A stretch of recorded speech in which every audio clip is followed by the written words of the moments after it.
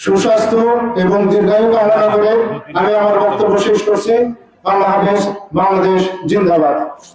ধন্যবাদ। আমরা সংক্ষেপে কথা বলার জন্য অনুরোধ করছি ডক্টর আব্দুল মজিদ, কৃষিবিদ ডক্টর আব্দুল মজিদ, পরিচালক RDA পল্লী উন্নয়ন একাডেমি।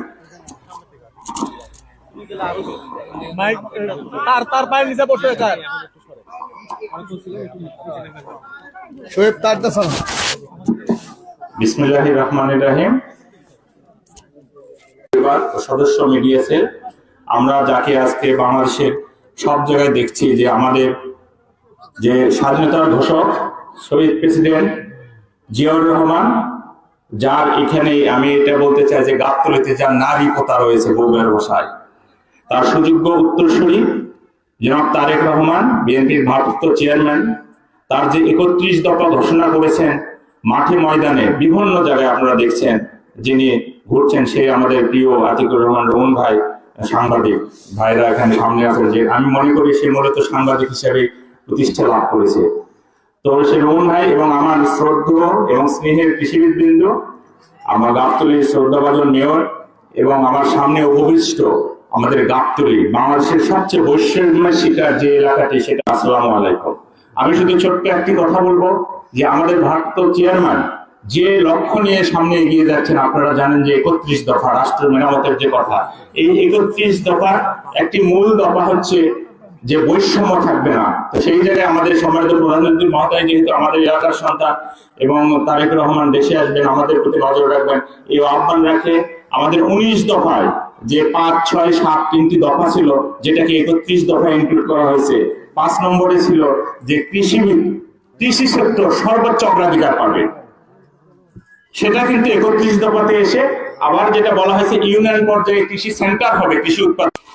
ধন্যবাদ ডক্টর আব্দুল মজিদকে। এ পর্যায়ে কথা আপনাদের সামনে দুটি কথা বলবেন গাবতলীর সাবেক পৌর মেয়র মোহাম্মদ সাইফুল ইসলাম। সাইফুল ইসলাম ভাই কিছু বলার জন্য অনুরোধ করছি। বিসমিল্লাহির রহমানির রহিম।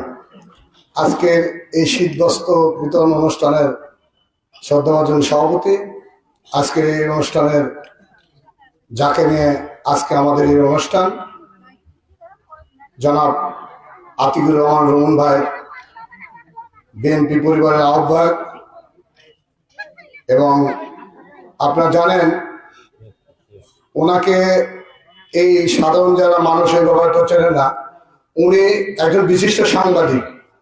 উনি ঢাকা প্রেস ক্লাবের সাংবাদিক জগতের একজন ভালো সাংবাদিক এবং সারা বাংলাদেশে ওনার পরিচিতি আছে। উনি আমাদের জন্য, গাবতলীর জন্য আমাদের একটা গর্ব যে আজকে তারেক ভাই সারা বাংলাদেশে যে 31 দফার যে কাজ করতেছে, সেই কাজে আজকে তারেক ভাইয়ের নির্দেশে রুমন ভাই কৃষিবিদদের সমন্বয়ে আয়োজন করেছে।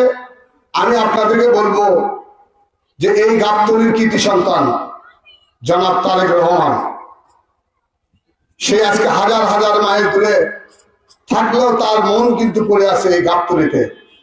তাই আপনারা সকলে তার জন্য দোয়া করবেন, অতি তাড়াতাড়ি আমাদের মাঝে এসে আপনাদের সঙ্গে আগে যেভাবে মিশেছে ওইভাবে যেন মিশতে পারে।